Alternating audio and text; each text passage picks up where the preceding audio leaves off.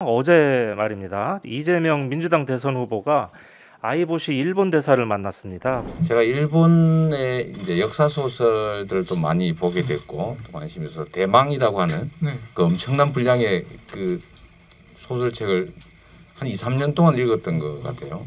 그러고 난 다음에 조금은 일본의 문화도 이해하게 되고 또 마음도 좀 이해하게 돼서 역시 이 문화 교류나 또 국민들 간의 상호 방문 교류라고 하는 게 정말로 중요하다는 생각을 하게 됐습니다.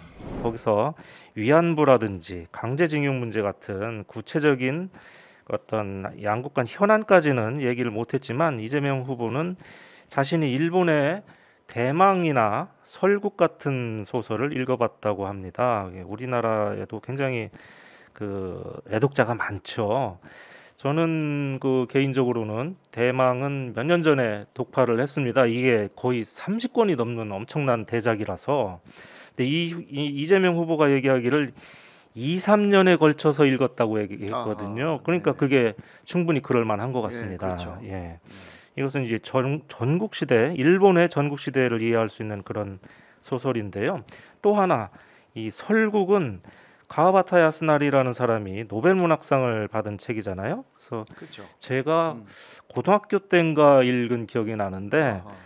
그 솔직히 말씀드려서 당시에는 일본 문화도 잘 모르고 그래서 잘 이해하기가 좀 어려운 내용이었던 것 같습니다. 그렇죠. 예.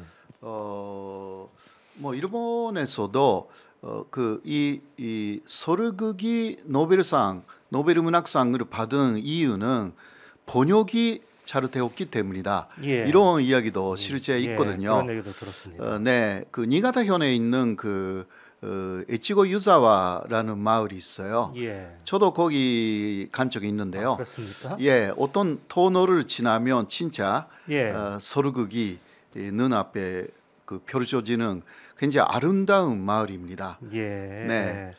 그래서요, 그 이재명 후보가 설국 그 시작하는 부분에 네, 국경의 긴 터널을 빠져나오니까 설국이었다 이런 네, 구절이 네. 있다라고 이렇게 기억을 해내고 그리고 또 밤에 밑바닥이 하얘졌다라는 표현도 있다 이런 얘기를 굳이 찾아가지고 기억을 되살려서 얘기를 했습니다.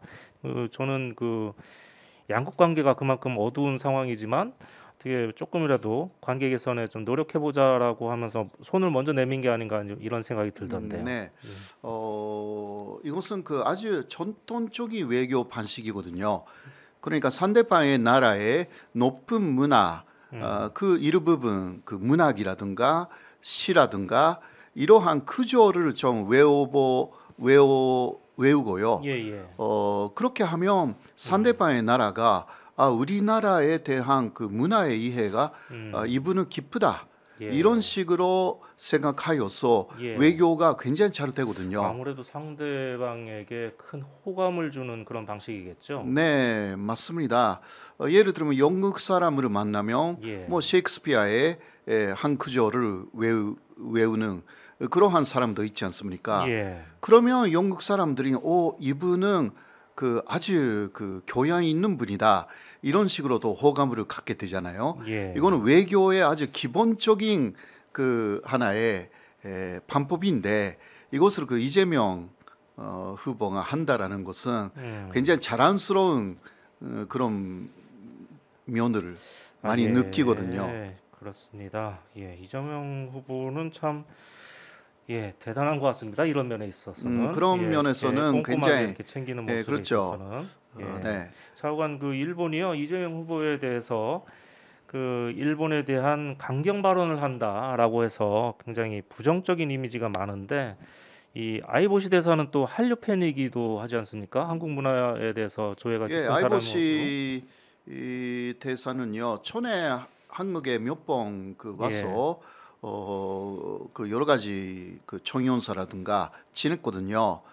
저도 몇 번 만난 적이 있는 사람이고 네. 굉장히 한국에 대해서 호감을 갖고 있는 사람입니다. 아이도 여기 한국에 일본인 학교를 졸업했고요. 그러니까 상당히 한국을 좋아하는 대사인 것은 사실이고요. 그런 면에서는 또 이 아이보시 대사를 통해서 일본의 이재명 후보의 그 좋은 이야기가 가지 않을까 그렇게 좀 기대가 됩니다. 예, 정말 그 이재명 후보를 직접 만나본 이 아이보시 대사가 본국에다가 어떻게 보고를 했을까 상당히 궁금합니다. 네.